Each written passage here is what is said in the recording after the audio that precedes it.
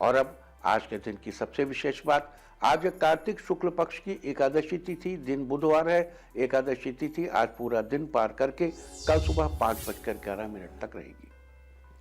कार्तिक शुक्ल पक्ष की एकादशी को देवोत्थानी एकादशी कहते हैं। इसे प्रबोधिनी एकादशी के नाम से भी जाना जाता है। आज के दिन विशेष रूप से भगवान विष्णु की पूजा अर्चना की जाती है। आज चातुर्मास समाप्त हो जाता है। चातुर्मास के दौरान भगवान विष्णु का शयन काल होता है। इन 4 महीनों के दौरान विवाह आदि सभी शुभ कार्य बंद होते हैं। आज से शादी ब्याह आदि सभी मांगलिक कार्य फिर से शुरू हो जाएंगे। और प्रबोधिनी एकादशी के दिन तुलसी विवाह कराने की भी परंपरा है। आज शालिग्राम और तुलसी का विवाह कराया जाता है। कहते हैं कि जो कोई भी ये शुभ कार्य करता है उसके घर में जल्दी ही शादी की शहनाई बजती है। तुलसी और शालिग्राम के विवाह का आयोजन ठीक उसी प्रकार से किया जाता है जैसे कि कन्या के विवाह में किया जाता है। लिहाजा जिनके यहाँ कन्या नहीं है वो आज के दिन तुलसी का विवाह करा के कन्यादान का पुण्य कमा सकते हैं। साथ ही कन्या के विवाह में आ रही परेशानी जल्द ही दूर हो जाएगी। इस प्रकार तुलसी विवाह संपन्न कराने के बाद तुलसी के पौधे और शालिग्राम को किसी ब्राह्मण को दान दे दिया जाता है।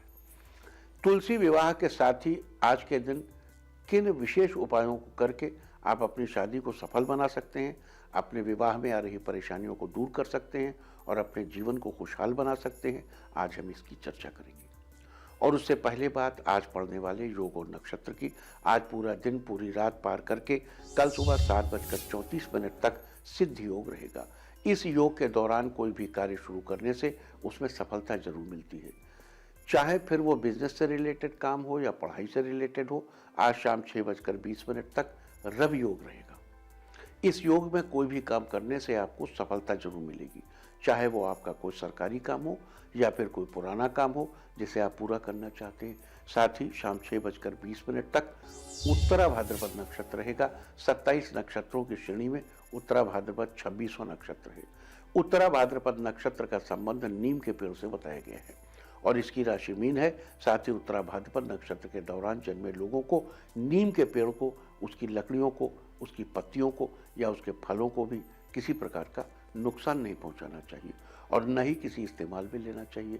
आज के दिन ऐसा करने से आपको शुभ फलों की प्राप्ति होगी। तो ये थी चर्चा आज के दिन प्रबोधिनी देवोत्थानी एकादशी व्रत, सिद्धि योग, उत्तरा भाद्रपद नक्षत्र की। और अब हम चर्चा करेंगे भद्रा की। आज दोपहर 3:57 से लेकर अगले दिन सुबह 5:11 तक भद्रा रहेगी। जिस दिन चंद्रमा मीन राशि में होता है उस दिन पृथ्वीलोक की भद्रा होती है। आज चंद्रमा मीन राशि में है, अतः आज की भद्रा अशुभ है। तो ये थी चर्चा आज के दिन व्रत, योग, नक्षत्र और भद्रा की। और अब हम चर्चा करेंगे आज के दिन किए जाने वाले खास उपायों की। यहाँ एक महत्वपूर्ण बात बता दूं कि आज की ग्रह नक्षत्र स्थिति के अनुसार सभी लोग ये उपाय करके लाभ उठा सकते हैं। तो आइए चर्चा शुरू करते हैं उपायों के बारे में। अगर आप अपना मनपसंद जीवन साथी पाना चाहते हैं तो आज ओम नमो भगवते नारायणाय इस मंत्र का जप करते हुए तुलसी के पौधे में केसर मिश्रित दूध अर्पित करें। साथ ही भगवान विष्णु को भी केसर मिश्रित दूध का भोग लगाएं।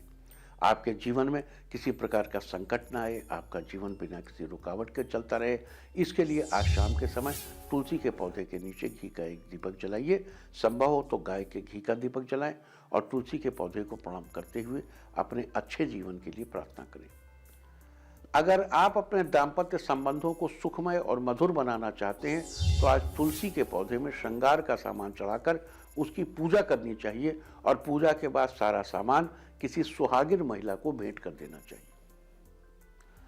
अगर आपकी बेटी के विवाह में किसी प्रकार की अड़चनें आ रही हैं तो उन अड़चनों से छुटकारा पाने के लिए आज आपको 5 तुलसी दल लेकर उन पर हल्दी का टीका लगाकर श्री हरि को अर्पित करना चाहिए।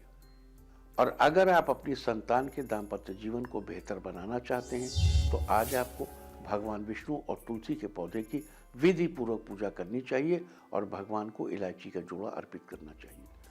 पूजा के बाद उस इलायची के जोड़े को अपनी संतान को खाने के लिए दे दें। अगर आप अपनी आर्थिक सुख समृद्धि में बढ़ोतरी करना चाहते हैं तो आज तुलसी को भोग के रूप में बताशे अर्पित करें और पौधे के पास घी का एक दीपक जलाएं। साथ ही भगवान विष्णु की धूप, दीप, पुष्प आदि से पूजा करें और पूजा के समय कुछ सिक्के और कौड़ियां भी रखें।